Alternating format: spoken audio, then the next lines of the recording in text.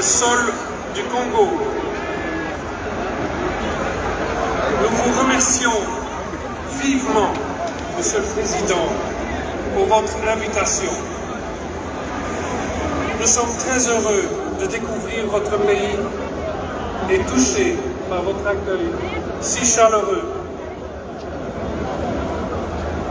Je m'adresse ici, à travers vous tous, à tout le peuple congolais.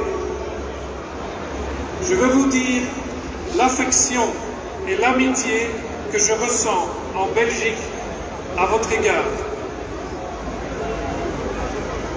Vous, les femmes et les hommes de ce pays, vous êtes le cœur de votre nation.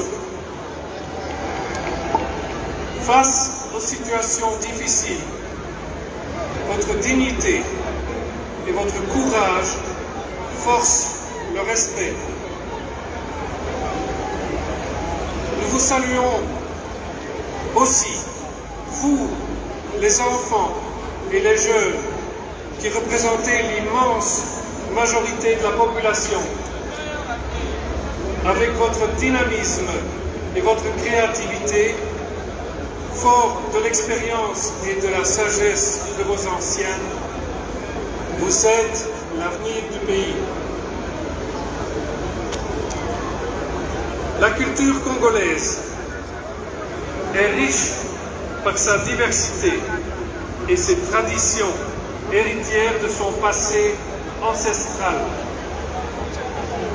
En elle s'exprime l'âme congolaise, empreinte de cette extraordinaire vitalité qui lui est propre.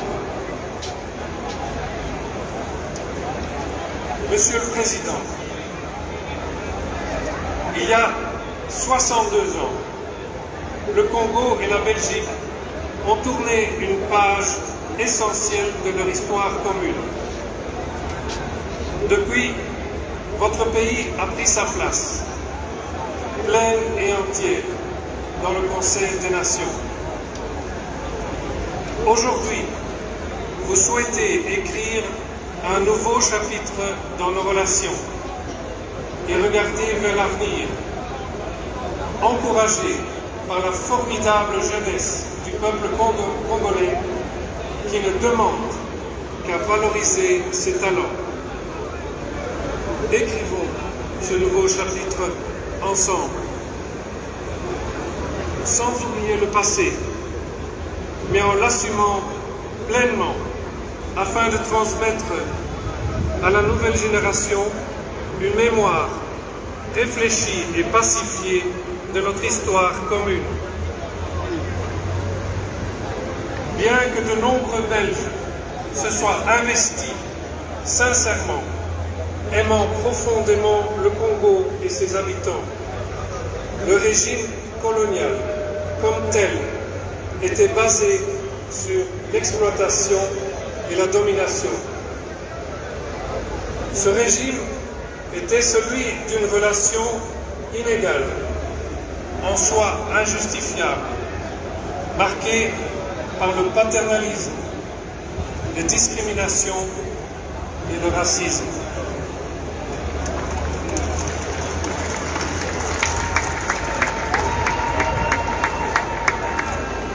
Il a donné lieu à des exactions et des humiliations. À l'occasion de mon premier voyage au Congo, ici même, face au peuple congolais et à ceux qui aujourd'hui encore en souffrent, je désire réaffirmer mes plus profonds regrets pour ces blessures du passé.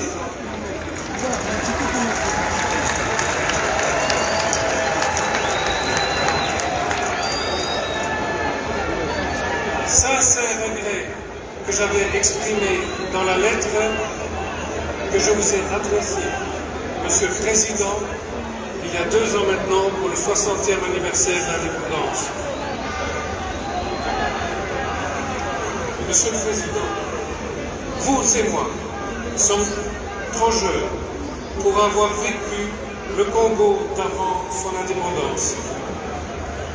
Mais pour vous comme pour moi, la présence belge au Congo avant 1960 laisse aussi un héritage qui a ancré le pays dans ses frontières actuelles. La préservation de l'intégrité territoriale du Congo est une préoccupation majeure que nous partageons.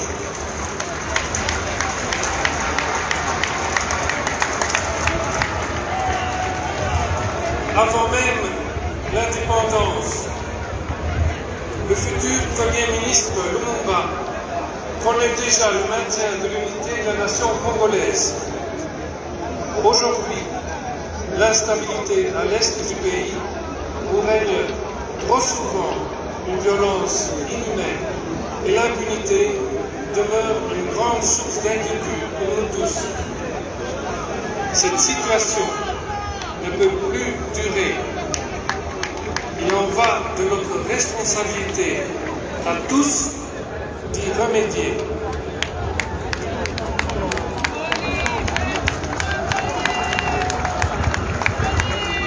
Vous pouvez compter sur le soutien de la Belgique au sein des instances internationales à toute initiative visant à la stabilité et au développement harmonieux de l'Afrique des Grands Lacs.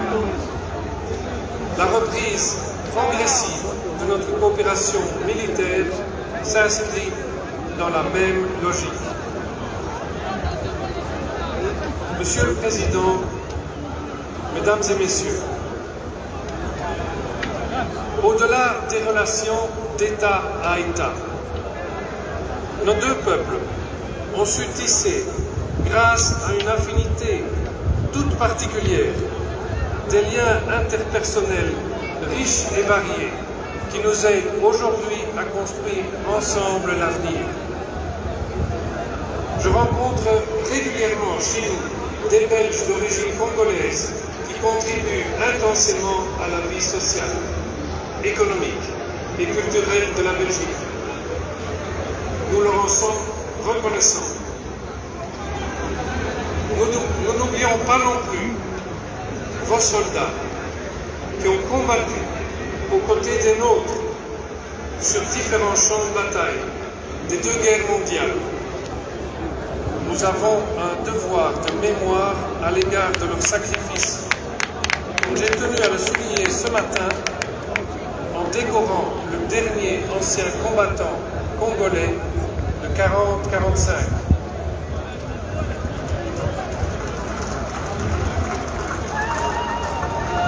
Dans les domaines de la santé et de l'éducation, des réalisations constantes unissent nos deux pays encore aujourd'hui. La découverte du virus Ebola est due à la fois à un Congolais et à un Belge, les docteurs Mouyembe et Piot. Comme l'a rappelé le dernier sommet Union européenne-Union africaine de février, nous, Européens et Africains, sommes proches par la géographie et interdépendants dans le monde globalisé actuel. Nous avons donc tout intérêt à unir nos forces pour répondre ensemble à nos nombreux défis communs.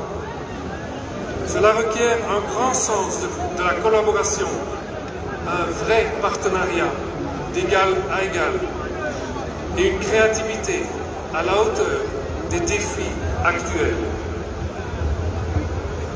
La voix des Congolais et des Africains doit être entendue et prise en compte par rapport à tous les grands enjeux contemporains. À cet égard, Monsieur le Président, je tiens surtout, en ce moment difficile pour votre pays, à saluer vos efforts pour remettre le Congo sur la carte du continent, en renouant le dialogue avec vos voisins et en cherchant ensemble des solutions globales aux problèmes de la région. Déjà, en 1970, le roi Baudouin notait que le Congo au cœur de l'Afrique, la Belgique au cœur de l'Europe, ne peuvent plus formuler leurs problèmes en termes exclusivement nationaux.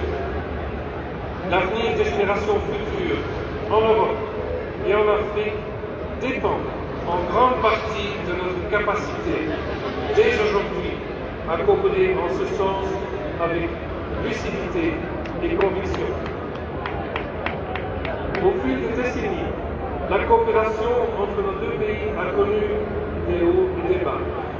Ces dernières années, elle avait même perdu son dynamisme.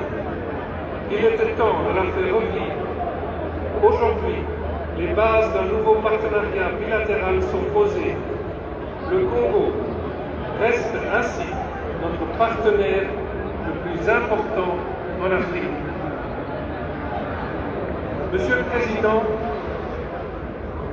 Mesdames, Messieurs,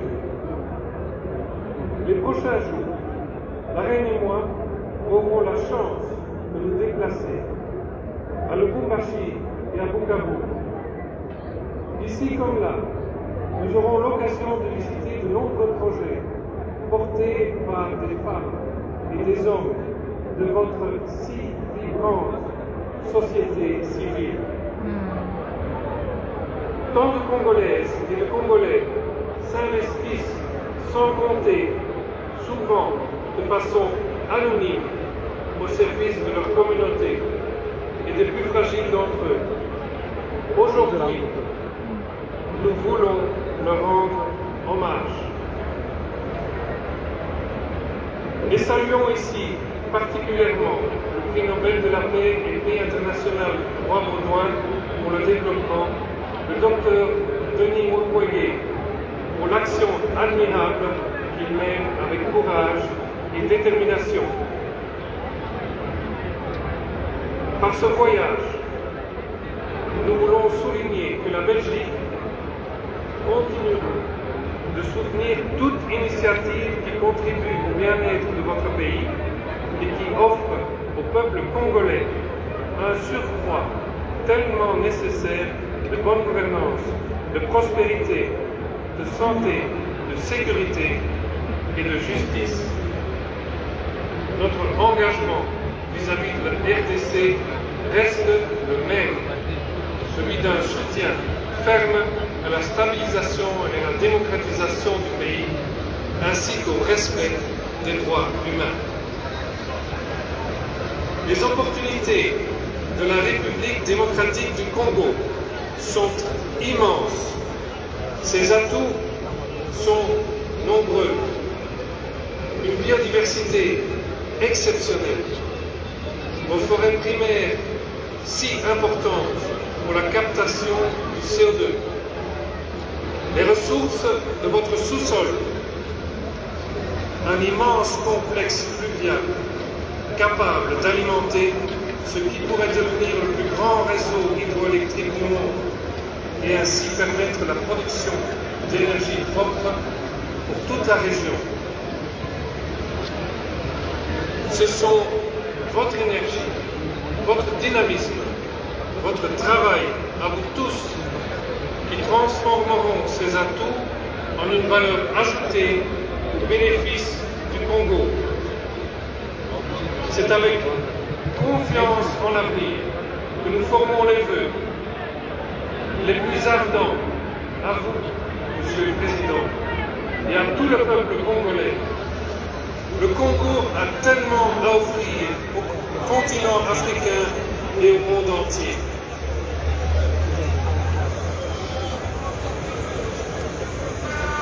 Viva Congo, Bolinga Kati na Belgique na Congo et Wumela.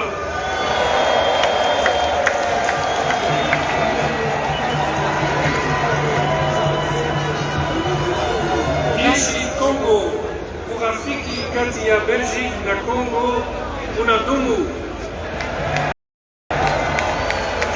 Bolingo, Congo, RDC, Wumela, c'est ça. Congo Nzinga, Kipangi ya Belgique na Congo Nzinga.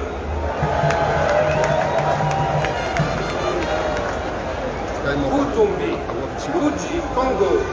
Butumbi pour Malanda Pakachi pa Belgique et Congo. Voilà. Vive le Congo, vive l'amitié belgo-congolaise.